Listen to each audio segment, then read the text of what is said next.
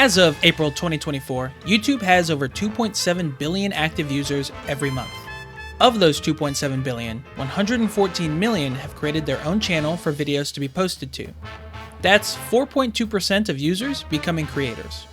Out of the 114 million channels, an estimated 51 million are actually actively posting videos. So more accurately, that's about 1.8% of viewers becoming creators. Finally, of those 51 million channels, about 10 million achieved the milestone of 1,000 subscribers or more. If you're keeping track at home, that's about 19.6% of creators on YouTube reaching one of the bare minimum milestones to have the chance to become partnered or be considered successful. But this video isn't about those 19.6%ers. It's about 1 out of 41 million and the remaining 80.4% that was desperately looking in until I killed it. I'm Pooter, you're the viewer, and this is the video.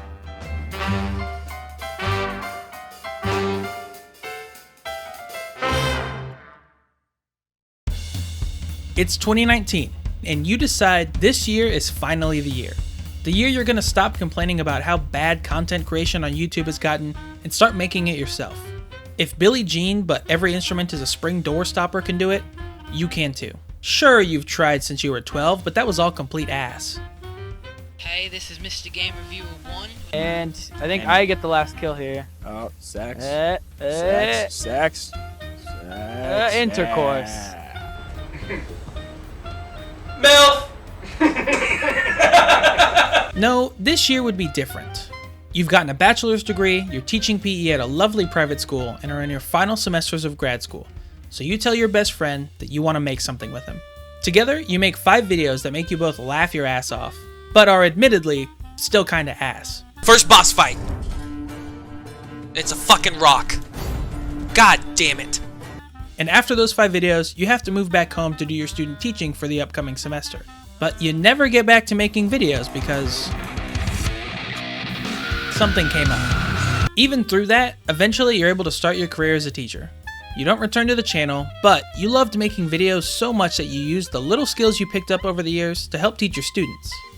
Muscular endurance is your muscle's ability to repeatedly exert a force on an object for an extended period of time. You move in with the love of your life. After a few years of teaching, you realize that teaching is hard. Like, really hard. Not only are you not respected for teaching PE by society, you're not respected by most of your students. Along with this, you're not compensated monetarily very well either. And you've got a wedding coming up. Somewhere in there though, between working really long hours, being emotionally drained every day, and starting the next chapter of your life, you still want to make something that makes you laugh, and hopefully makes others laugh too. Your best friend now lives 3 states and a time zone away, but by God, you can make it work. So you start again. And again, this time will be different. You promise. And it kinda was. You started to realize that each time you came back, things were getting better. They were funnier, they were cleaner, they were good. You were getting better. But you weren't getting any more views with the better quality. It gets a little bit maddening, but you're still loving it. Each video you're trying something new until one day you have a tiny little idea and make a video and upload it all within the same day. Honestly, up to this point, it may even be the least amount of effort you've put into something you've made. But amazingly, it became the best received. Finally, after years of making things, you broke the big one, over 1,000 views, and you absolutely skyrocket to the moon to 183 subscribers, and over 7,000 views when all is said and done. The most you've ever gotten before. You've made it! The hours you've spent every week putting into making these videos has finally paid off. People will start watching now and reacting and wanting to watch more of what you have to show. But the very next video, exactly 38 people come back. And that hurt. So you start making videos that mimicked what people liked. People did like that, right? They'll come back to watch if you can just do it again. So you start making videos pandering to an ephemeral viewer that liked one video you put the least amount of your own creative juices into. Now you're just chasing numbers, even if you're not having as much fun doing it this way. Every day you come home exhausted and hating your job. But you still put more time into making videos because this is how people will value you. I mean, value what you're doing. And after months of putting more time and effort into it, to this day, 7,000 people would never watch anything that you made again. You hated your job, enough to leave the career entirely. Switching careers in your mid-20s? Surprisingly scary. But now that you don't hate your job, you'll have more energy to make videos that will make people watch, and you'll finally feel good about yourself. During that transition period, you keep going bigger with the channel, and it turns out that balancing learning an entirely new professional skill set and editing for nearly all of your free time really sucks the life out of you. Also, your mental health was about the lowest it's been because the effort you're putting into everything wasn't matching what you perceived you should be getting out. Your wife is pregnant. Now is the time. You need to make something that will matter to someone before your kid gets here, because you haven't done it yet. You're not a failure, are you? So you go bigger, longer videos, more jokes. I'm not kidding when I tell you that all of your time at this point is spent learning your new job and making videos, all for less than 100 people to watch without saying anything about it. It'll be okay as long as it's not a boy. Not that you're not excited. It's just that with a boy, it's more likely that he'll be into video games and want to emulate you and not his mother. And one day when he wants to make a video and it comes up that you used to make your own videos, do you think you can look your son in the eyes and feel proud of the 97 videos you made that nobody cared about? It's a boy. Why aren't people subscribing? Why aren't people commenting? Why aren't people watching what you've poured yourself into? You've tried so many things. Long form, short form, cuneiform. Why aren't you good enough? Why am I not good enough? Because I'm not good enough. This thought started infecting aspects of my life outside of video games and YouTube. My best friend Alex was simultaneously going through life and feeling burnt out from work too. So we stopped. Cold turkey. I killed it. But instead of making things easier, this is where things got really dark. I never thought so before, but now I'm starting to think that I may be a masochist. Because to try and feel better from not feeling adequate, I decided to beat Dark Souls 1 for the first time. A series that I love, so dying over and over wasn't the hard part.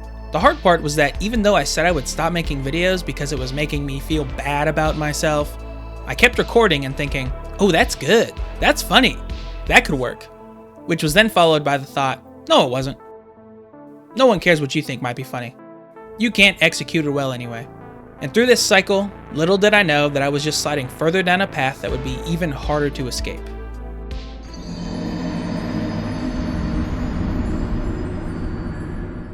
It's fair to say that this was my break point. After years of probably needing it, I went to therapy, and I'm really trying to mend my thought processes. And you know what? It's helping. However, I still felt that I needed to find my sense of wonder again. I obviously still thought about making videos because making things that made me laugh was what was fun for me. I recorded a bunch of footage and edited shorts that I thought were funny, but I never released because I was afraid that nobody would watch again.